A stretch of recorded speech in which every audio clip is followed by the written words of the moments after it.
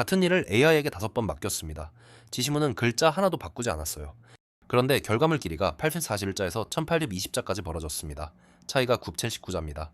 구성도 매번 달라졌고 쓰지 말라고 한 표현까지 한번 섞여 나왔습니다. 보통 이러면 모델을 바꿉니다. 저도 그랬어요. 더 좋은 모델을 쓰면 해결될 거라고 생각했습니다. 그런데 원인은 모델이 아니었습니다. 오늘은 문서 3장만 추가해서 같은 테스트를 다시 돌린 결과를 보여드리겠습니다. 편차가 9,019자에서 44자로 줄었습니다. 약 22배 차이입니다. 이 문제를 가장 쉽게 이해하는 방법은 외주를 떠올리는 겁니다. 디자이너에게 알아서 예쁘게 해주세요라고 맡기면 어떻게 되나요? 결과물이 매번 다르게 옵니다. 실력이 부족해서가 아닙니다. 판단 기준을 우리가 주지 않았기 때문입니다. AI도 똑같습니다. 상세 페이지 문구 써줘는 알아서 예쁘게 해주세요와 같은 지시입니다. 그래서 AI는 매번 다른 정답을 스스로 정합니다. 어제는 표를 만들고 오늘은 이야기로 씁니다. 둘 다 AI 입장에서는 맞는 답입니다. 기준이 없으니 틀린 것도 아니에요. 여기서 많이 나오는 질문이 있습니다. 그러면 프롬프트를 더 길게 쓰면 되지 않냐 하는 겁니다. 저도 처음에는 그렇게 했습니다. 지시문을 계속 늘렸어요. 문제는 그 지시문이 대화 하나에서만 살아있다는 점입니다. 새 대화를 열면 다시 붙여야 하고 붙일 때마다 조금씩 달라집니다. 사람이 기억해서 붙이는 방식은 오래 못 갑니다. 바쁘면 빼먹습니다. 그래서 지시문을 길게 쓰는 대신 기준을 문서로 분리했습니다. 문서는 프롬프트와 다릅니다. 같은 파일을 그대로 붙이면 되고 팀원과 공유할 수도 있습니다. 그래서 직접 확인해 봤습니다. 조건은 2개입니다. 아조건은 지시문만 줍니다. 여성 의류 쇼핑몰 신상품 상세 페이지 문구를 써줘. 상품은 여름 린넨 블라우스야. 이게 전부입니다. 비조건은 같은 지시문에 문서 3장을 붙입니다. 2조건 모두 같은 모델로 5번씩 돌렸습니다. 대화는 매번 새로 시작했습니다. 측정 항목은 4개입니다. 글자 수, 필수 항목 포함 여부, 금지 표현, 횟수, 그리고 구조가 서로 같은지입니다. 먼저 A조건입니다. 글자 수는 841자, 1025자, 1058자, 1노턴349자, 1820자로 나왔습니다. 최대와 최소 차이가 979자입니다. 같은 지시인데 2배 넘게 벌어졌습니다. 구조는 3종류로 갈렸습니다. 어떤 회차는 표를 만들었고 어떤 회차는 요약으로 끝냈습니다. 필수 항목 4개를 모두 담은 건 5번 중 4번이었습니다. 한 번은 구매 안내가 빠졌습니다. 금지 표현도 한 번 등장했습니다. 완벽이라는 단어였습니다. 중요한 건 이게 실패한 결과물이 아니라는 점입니다. 5개 모두 그냥 읽으면 괜찮습니다. 문제는 한 브랜드의 결과물로 모아놨을 때 생깁니다. 이 차이가 실제로 어떤 손실인지 계산해 보겠습니다. 상품 하나당 다시 고치는데 5분이 걸린다고 하겠습니다. 신상품이 한 달에 40개면 200분입니다. 3시간이 넘습니다.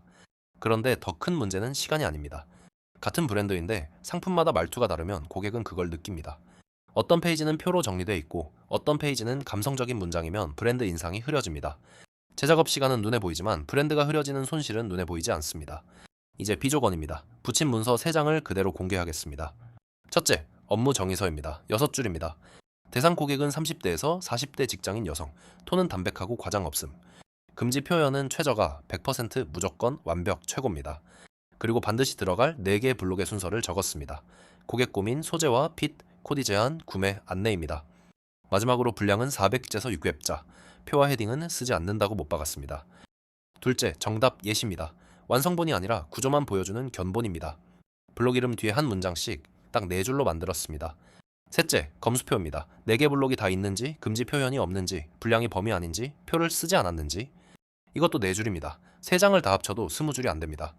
결과입니다. 글자 수는 49자, 439자, 463자였습니다. 편차가 44자입니다.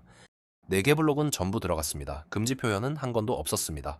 분량 규칙도 모두 지켰고 표와 헤딩을 쓴 회차도 없었습니다. 정리하면 편차는 979자에서 44자로 약 22배 줄었습니다. 구조는 3종류에서 한 종류가 됐습니다. 여기서 한 가지 솔직하게 말씀드릴 게 있습니다. 비조건 5번 중 2번은 응답 자체가 오지 않았습니다. 무응답과 시간 초과였습니다. 문서 문제가 아니라 호출 문제였고 성공한 3번만 측정해 썼습니다. 표본이 작다는 점은 감안해주세요. 이 방식이 상품 문구에만 쓰이는 건 아닙니다. 반복되는 업무면 전부 적용됩니다. 3가지 예를 들어보겠습니다. 첫째, 블로그 글입니다. 업무 정의서에는 글의 목적과 금지 표현, 사진이 들어갈 위치를 적습니다. 정답 예시로는 지난달에 반응이 좋았던 글 하나를 그대로 씁니다. 검수표에는 제목에 핵심 단어가 있는지, 사진 설명이 빠지지 않았는지를 넣습니다. 둘째, 고객 응대 답변입니다. 여기서는 톤보다 정확성이 먼저입니다. 업무 정의서에 확정해서 답해도 되는 범위와 반드시 확인 후 답해야 하는 범위를 나눠 적습니다. 검수표에는 배송일을 단정하지 않았는지, 환불 조건을 임의로 바꾸지 않았는지를 넣습니다. 셋째, 광고 문구입니다. 여기는 금지 표현, 목록이 가장 중요합니다. 과장 표현 하나가 나중에 문제로 돌아올 수 있기 때문입니다. 공통점이 보이실 겁니다. 세 경우 모두 새로 배우는 게 없습니다. 업무 정의서, 정답 예시, 검수표라는 같은 틀에 내용만 바꿔 끼우는 겁니다. 저는 업무별로 폴더를 하나씩 만들어 두고 새 작업을 시작할 때 그 폴더를 먼저 엽니다. 그럼 이 세 장을 어떻게 만드는지 말씀드리겠습니다.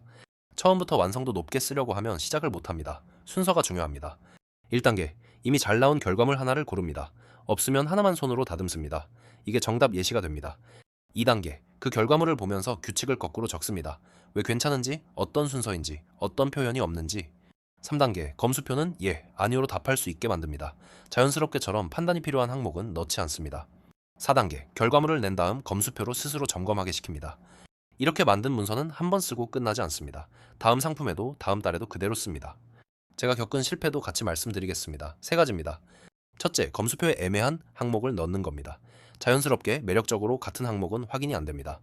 예, 아니오로 답할 수 없는 항목은 사실상 없는 항목입니다. 둘째, 정답 예시 없이 규칙만 주는 겁니다. 규칙 20개보다 잘 쓴 예시 1개가 더 정확하게 전달됩니다. 셋째, 문서에 실제 고객 데이터를 넣는 겁니다. 주문번호나 연락처를 예시로 넣으면 그 문서가 재사용될 때마다 데이터도 계속 따라다닙니다. 예시에는 형식만 넣고 실제 값은 넣지 않는 편이 안전합니다. 오늘 내용을 정리하겠습니다. AI 결과가 흔들리는 이유는 모델 성능보다 기준의 부재였습니다. 필요한 건 프롬프트를 길게 쓰는 게 아니라 업무 정의서, 정답 예시, 검수표 3장입니다. 이번 테스트에서 편차는 979제에서 44자로 줄었고 구조는 하나로 모였습니다. 3장을 다 합쳐도 20줄이 안 됐습니다. 문서를 길게 쓰는 게 핵심이 아니었습니다. 오늘 전부 바꾸지 마시고 가장 자주 반복하는 업무 하나만 골라 정답 예시 1장부터 만들어 보세요. 여러분이 AI에 맡겼을 때 가장 자주 다시 고치는 부분은 어디인가요? 댓글로 남겨주시면 다음 영상에서 사례별로 다루어 보겠습니다. 다음 영상에서는 이 문서 3장을 실제로 만드는 과정을 처음부터 끝까지 화면으로 보여드리겠습니다.